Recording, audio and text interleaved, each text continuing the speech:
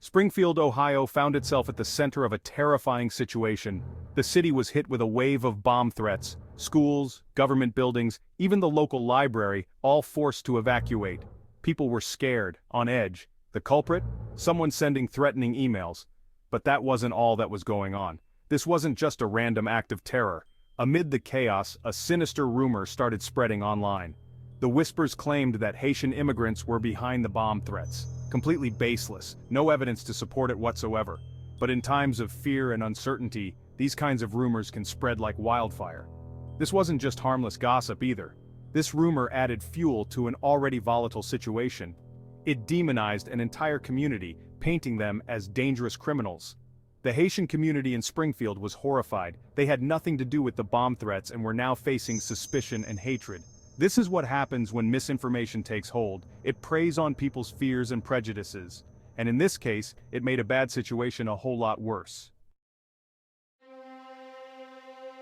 The rumors about the Haitian community were completely detached from reality. They were accused of stealing pets, even consuming them. These claims were so outlandish, so ridiculous that they should have been immediately dismissed. But that's the thing about misinformation, it doesn't have to make sense. People were already on edge because of the bomb threats. They were looking for someone to blame, someone to be afraid of. And sadly, in this case, it was the Haitian community that became the scapegoat. The impact on the Haitian community was devastating. Families were afraid to leave their homes, fearing harassment or violence. Children were scared to go to school. The emotional toll was immense. This entire situation exposed the ugly underbelly of prejudice and xenophobia that exists in our society. It showed how easily people can be swayed by misinformation, especially when it plays on their fears. As if the bomb threats and the racist rumors weren't enough, enter J.D. Vance. You remember him, right? The hillbilly elegy guy who somehow transformed himself into a Trump-loving politician? Vance saw an opportunity in Springfield's chaos. He decided to capitalize on the fear and uncertainty by spreading more misinformation.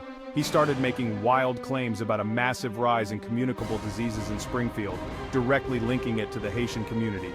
Now you might be thinking, surely someone fact-checked that, right? Well, yes, they did. Local health officials came out and said, hold on a minute, JD, that's a whole heap of BS.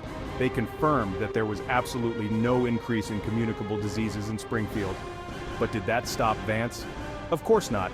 He continued to push his false narrative, using Springfield as a prop to justify his anti-immigration stance.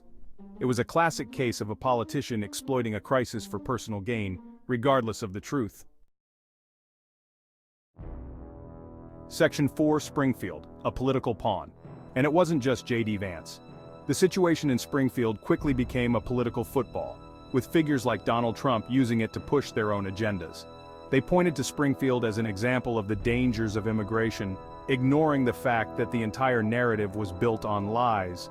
This is what's so dangerous about misinformation, especially when it's amplified by those in power.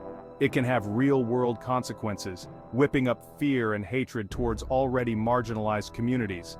Springfield became a cautionary tale, but not for the reasons these politicians were peddling.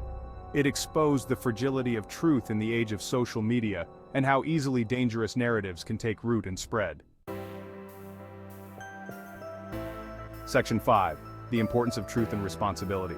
So, what can we learn from the chaos in Springfield? First and foremost, we need to be critical thinkers.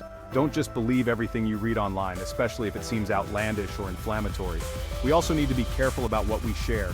Sharing misinformation, even if you don't realize it's false, can have serious consequences. And finally, we need to hold those in power accountable for spreading lies and misinformation. Politicians and public figures have a responsibility to tell the truth, not to exploit tragedy for their own gain. The situation in Springfield was a mess, a toxic brew of fear, prejudice, and misinformation. But it also served as a wake-up call. We can't afford to be complacent. We all have a role to play in combating misinformation and protecting the truth.